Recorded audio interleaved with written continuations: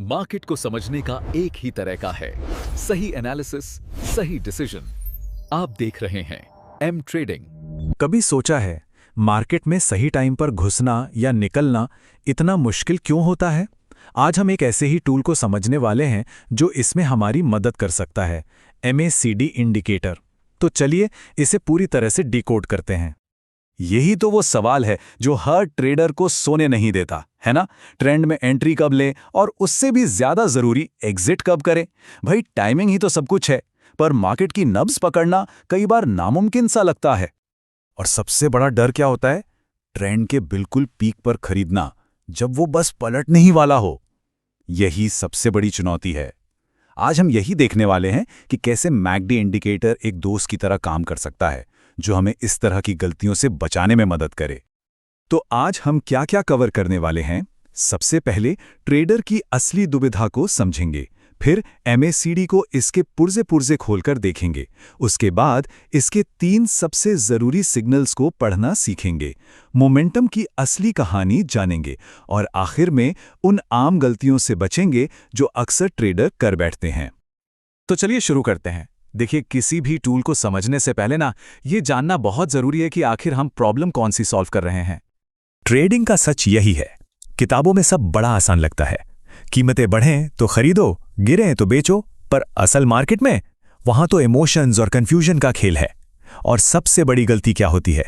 जब सब खरीद रहे हों, उस भीड़ का हिस्सा बन जाना, मतलब ट्रेंड के ठीक टॉप पर एंट्री लेना, जब उसके पलटने का रिस्क सबसे ज्यादा हो। तो इस कंफ्यूजन से कैसे निपटा जाए? यहीं पे एंट्री होती है मैकडी इंडिकेटर की। अब देखिए, ये कोई जादू की छड़ी नहीं है जो भविष्य बता दे। नहीं, इसे एक लेंस की तरह समझिए, एक ऐसा चश्मा जो हमें मार्केट की धुंध के पार थोड़ा साफ देखने में मदद करता है। इसका पूरा नाम है मूविंग एवरेज कन्वर्जेंस डाइवर्जेंस। खैर, नाम पर मत जाइए, आसान भाषा में समझें तो ये 2 काम करता है। पहला, ये ट्रेंड का डायरेक्शन बताता है कि मार्केट ऊपर जा रहा है या नीचे, और दूसरा, ये उस ट्रेंड का मोमेंटम, मतलब उसकी रफ्तार और ताकत को नापता है।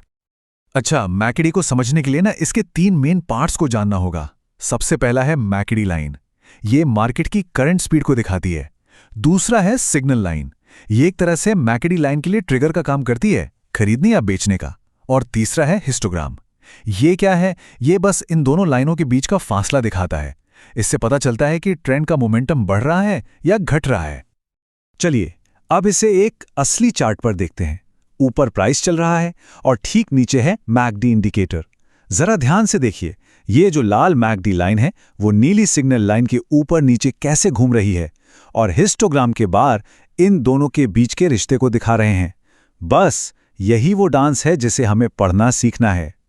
तो ठीक है, अब हम इसके पार्ट्स को तो पहचान गए, तो अब सवाल यह है कि इसे इस्तेमाल कैसे करें।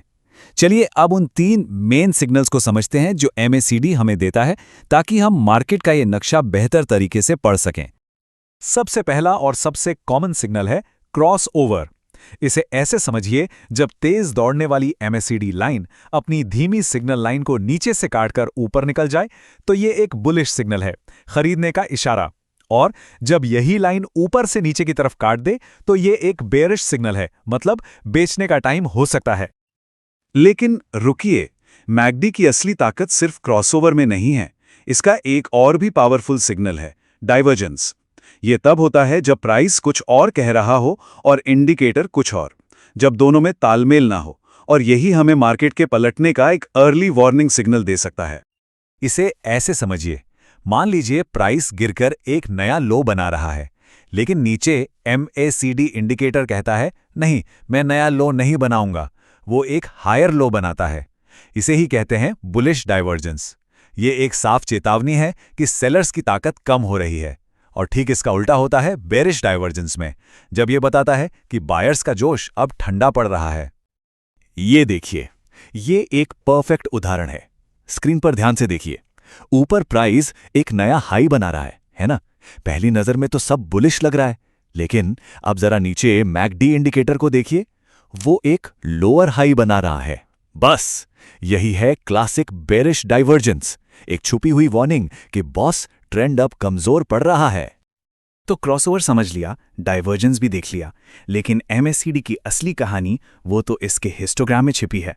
तो चलिए अब सिर्फ सिग्नल से आगे बढ़ते हैं और मार्केट के मोमेंटम की सच्ची कहानी को पढ़ना सीखते हैं।